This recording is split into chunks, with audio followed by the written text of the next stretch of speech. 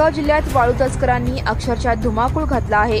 Police आणि महसूल विभागाकडून अनेक वेळा कारवाई करून देखील वाळू तस्करी सुरूच असल्याचे पाहायला मिळत आहे। त्यातच जळगावच्या एका तहसीलदाराची आता राज्यभरात जोरदार चर्चा रंगली आहे। धरणगावचे तहसीलदार महेंद्र सूर्यवंशी यांनी अवैध वाळू उपसा करणाऱ्या माफियांना रोखण्यासाठी अक्षरशः जीव धोक्यात घालून कारवाई केली। या धाडसी कारवाईचा व्हिडिओ सध्या सोशल मीडियावर मोठ्या प्रमाणात व्हायरल होत आहे।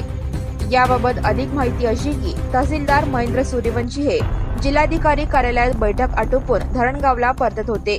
प्रवासादरम्यान बंभोरी पुलावरून जात असताना त्यांना नदीपात्रात काही लोक अवैधरित्या वाळू उपसताना दिसले।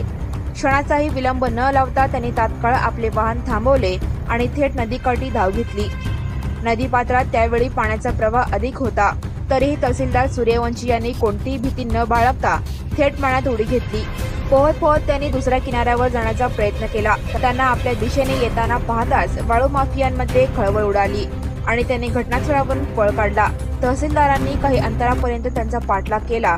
जरी माफिया त्या क्षणी पकडले गेले नाहीत, तरी तहसीलदारांचा त्या कृत्यामुळे प्रशासनाच्या वाचकाची प्रचिती पुन्हा एकदा आली। Subscribe now and press the bell icon. Never miss an update.